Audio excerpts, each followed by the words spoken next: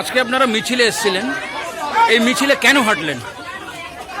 মিছিল হাঁটলাম এই জন্য যে আমাদের যে মহিলার সুরক্ষা, যে যে ঘটনাটা ঘটেছে আরজি করে, এই ঘটনাটা যাতে আর অন্য কোনো মেয়ের সাথে না ঘটে, সেজন্য দোষীদের শাস্তির জন্য অ্যাকচুয়ালি আমরা কথা নেমেছি।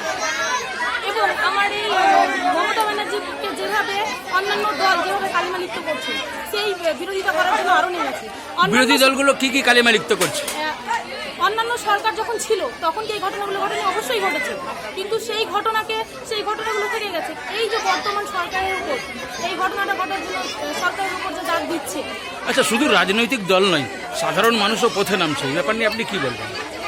অবশ্যই সাধারণ মানুষ অবশ্যই আমরা পথে নামবো, যে আমাদের সুরক্ষাটা আমরা চাইছি। আমাদের যারা এই ঘটনাটা ঘটিয়েছে, এত জঘন্য ঘটনা, তাদের সরকার তো আপনাদের তৃণমূলের সরকার, 294টা সভার একমাত্র নেত্রী, বিধানসভা আসনের নেত্রী মমতা বন্দ্যোপাধ্যায়।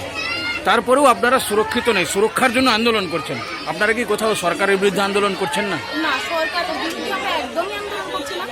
সরকার যখন মমতা ব্যানার্জি সরকারের হাতে যখন এই ক্ষমতা ছিল, আমরা জানি যে দুজন সম্ভবত অ্যারেস্ট হয়েছিল, কিন্তু বারবার যখন অন্যান্য সরকার, বিজেপি সরকার যখন মমতা ব্যানার্জিকে বিভিন্নভাবে দোষারোপ করছিল, তখন আমাদের দিদি বলেছে সিবিআইয়ের হাতে যখন তদন্তটা নিয়ে নিয়েছে, সিবিআই কিন্তু এখন অব্দি একটাও অ্যারেস্ট করতে পারেনি। আমরা মনে করছিলাম যে যদি আমার সরকারের হাতেই থাকতো তাহলে তাদের সাজা পেয়ে যেত। সিবিআই নেওয়ার পরে আমাদের তদন্তটা যেন অন্যদিকে ঘুরিয়ে দিয়েছে এবং আমাদের শুধুমাত্র আমাদের দিদিকে কালিমা লিপ্ত করছে। আপনারা যেটা বলছেন যে মমতা ব্যানার্জিকে কালিমা লিপ্ত করছে, রাম বাম এরা করছে, কিন্তু রাম বামেরা তো দায়িত্ব দেয়নি, দায়িত্ব দিয়েছে কোর্ট, হাইকোর্ট। এই ব্যাপার নিয়ে আপনি কি বলবেন? রামবামেরা এটাকে নিয়ে মমতার দিদিকে দোষারোপ করছে। আমি যেটাই বারবার আপনাকে বলতে চাইছি, যেটা হচ্ছে এই ঘটনাগুলো অহরহ ঘটেছে। যখন এই সরকার ছিল না, অন্যান্য সরকার ছিল, তখন ঘটেছে। তখন কোথায় ছিল আমাদের প্রতিবাদ? তখন কোথায় ছিল?